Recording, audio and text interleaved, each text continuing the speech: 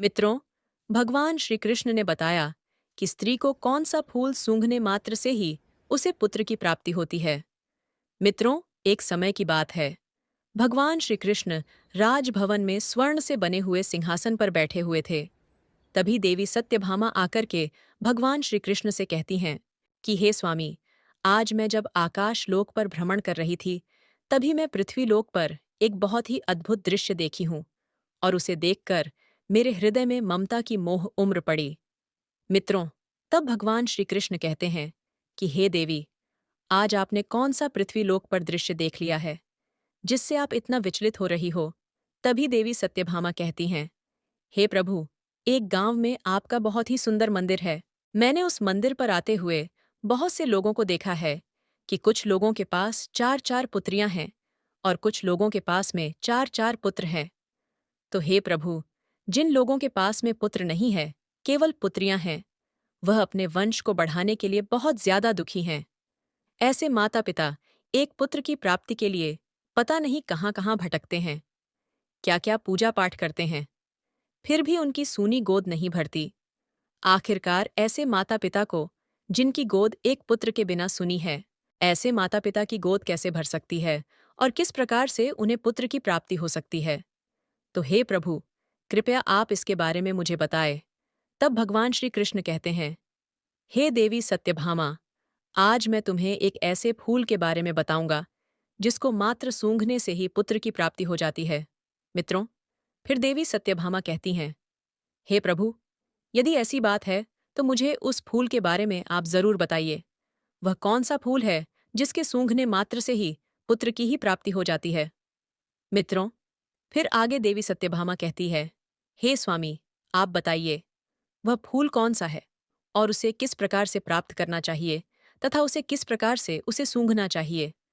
तभी भगवान श्री कृष्ण कहते हैं, हे देवी सत्यभामा, यह सब जानकारी मैं तुम्हें एक छोटी सी कथा सुना करके देता हूँ, जिसको सुनने के बाद आपके प्रश्न के उत्तर मिल जाएंगे। मित्रों, फिर आगे भगवान श्री कृष्ण कहते हैं, हे देवी सत्यभामा, जो भी मनुष्य इस कथा को पूरे ध्यान और मन लगाकर सुनता है, वह भी जान जाता है कि वह कौन सा फूल है जिसे सूंघने मात्र से ही उसे पुत्र की ही प्राप्ति होती है। तभी देवी सत्यभामा कहती हैं, हे स्वामी, आप इस कथा को मुझे अतिशीघ्र सुनाइए, क्योंकि मैं यह जानना चाहती हूँ आखिरकार वह फूल कौन सा है और उस फूल का नाम क्या है जिसको सूंघने मात्र से ही पुत्र की प्राप्ति हो जाती है।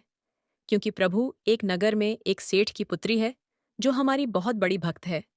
वह हमारी तथा आपकी पूजा पाठ हर गुरुवार को करती है तथा वह हर गुरुवार को वह व्रत भी रहा करती है और अभी तक उसकी शादी नहीं हुई है और वह अपने पिता और अपनी बहनों की हालत देखते हुए, पुत्र की अभिलाषा रखते हुए काफी बरसों से परेशान है कि जब उसकी शादी हो जाए तो उसके मन की मुराद अवश्य पूरी हो और उसे पुत्र की प्राप्ति हो।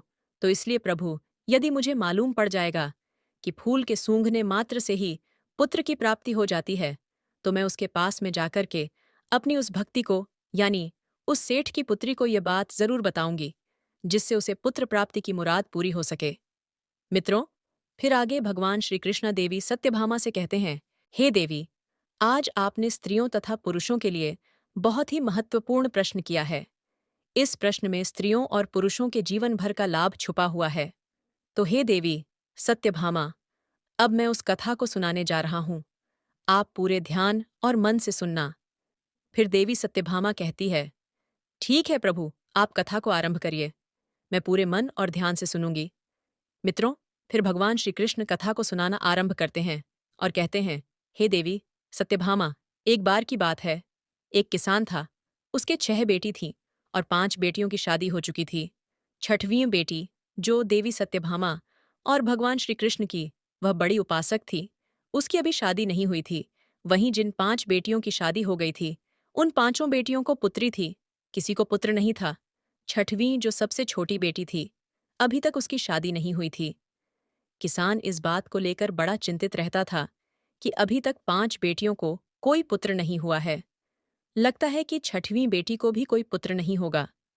साथ ही किसान के मन में एक विचार और आता था और वह चिंता में रहता था कि ना तो मुझे ही पुत्र की प्राप्ति हुई और ना मेरी 5 पुत्रियों को ही पुत्र की प्राप्ति हुई। और 6वीं पुत्री की शादी होने के बाद में इसे भी कहीं पुत्र की प्राप्ति नहीं हुई, तो मैं संसार में कैसे मुंह दिखाऊंगा? लोग पता नहीं मेरे बारे में क्या सोचेंगे। वहीं वह किसान जो था, जब भी जंगल में काम करने जाता था, तो अपनी मदद के लिए अपनी सबसे छोटी बेटी को भी अपने साथ में लेकर जाता था। एक दिन किसान को काम करते करते समय ज्यादा हो गया और धूप निकल आई। गर्मी पड़ने लगी। दिन गर्म हो गया तो किसान ने अपने कपड़े उतार दिए और घास में डाल दिए। जब उसका काम खत्म हो गया तो किसान ने अपनी बेटी को अपने कपड़े लाने के लिए कहा, और जैसे ही किसान की सबसे छोटी बेटी किसान के कपड़ों को उठाने के लिए घास के पास में पहुंची, तो उसने क्या देखा कि वहां पर एक नाक पड़ा हुआ था। वह उस नाक को उठाना नहीं चाहती थी, इसलिए वह वापस अपने पिता के पास गई और उससे पूछा कि उसे क्या करना चाहिए। वहीं किसान ने अपनी बेटी की बात सुनकर कि अपनी बेटी से कहा कि बेटी, तुम नाक से न डरो और तुम इस टोकरी को ले लो और एक तरफ टोकरी को फेंक देना और हमारे कपड़े ला करके दे देना। और ऐसा कहकर कि किसान जो था अपने घर चला गया। मित्रों, फिर आगे भगवान श्री कृष्ण देवी सत्यभामा को कथा सुनाते हुए कहते हैं, हे देवी सत्यभामा। फिर उसकी बेटी भी किसान के पीछे पीछे घर आ गई। अगले दिन बेटी को फिर से जंगल में जाना था। उसने कहा, पिताजी आप परेशान ना होइए। आप नागों को दूर फेंकने के लिए कहते हैं, मगर यदि मैं नाग को फेंक दूंगी तो उसे चोट लग जाएगी।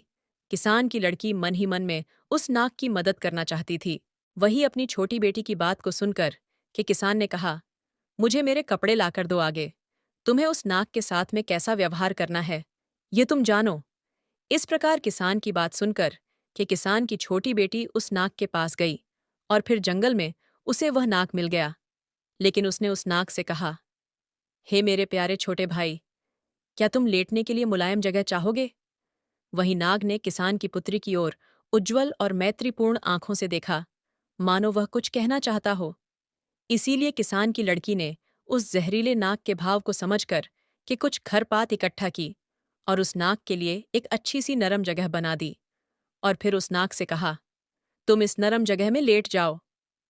फिर जैसे ही किसान की लड़की ने उस नाग को उस जगह पर लेटा आया, तो वह नाग किसान की लड़की से कहने लगा और उससे पूछा, क्या तुम मेरी सेवा में आना चाहोगी?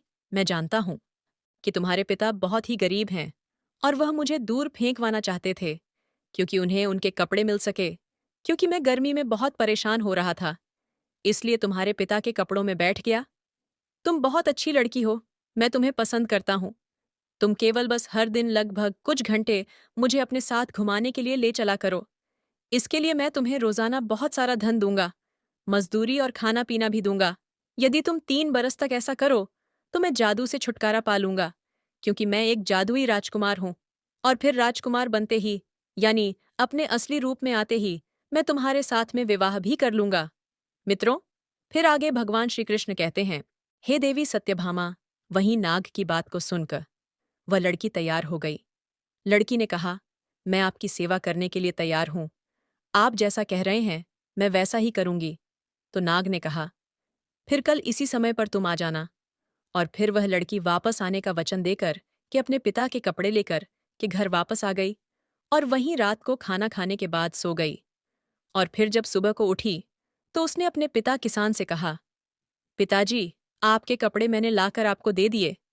अब तक मैंने अपनी और आपकी गरीबी देखी है। मैं काफी समय तक घर पर रह चुकी हूँ। अब मैं दुनिया में अपनी किस्मत आजमाने जा रही हूँ। आप मुझे जाने की अनुमति देने की कृपा करें। मित्रों, उधर वह किसान अपनी लड़की को कहीं भी जाने की अनुमति देना नहीं चाहता था, क्योंकि वह लड़की नाग को वचन देकर के आई थी। इसलिए उसने अपने पिता से कहा, चाहे उसे भीख ही क्यों ना मांगनी पड़े, मगर अब मैं भाग्य को बदलकर ही रहूंगी। और ऐसा कहकर के किसान की लड़की जो थी जंगल में चली गई। वह जंगल में गई और जल्दी ही उसे वही नाग मिल गया। फिर वह उसके आने से बहुत ही प्रसन्न हुआ और नाग ने उससे कहा, अब तुम आ गई हो तो मुझे थोड़ा इधर उधर घुमाने के लिए ले चलो। फिर किसान की लड़की ने वैसा ही किया। फिर किसान की लड़की ने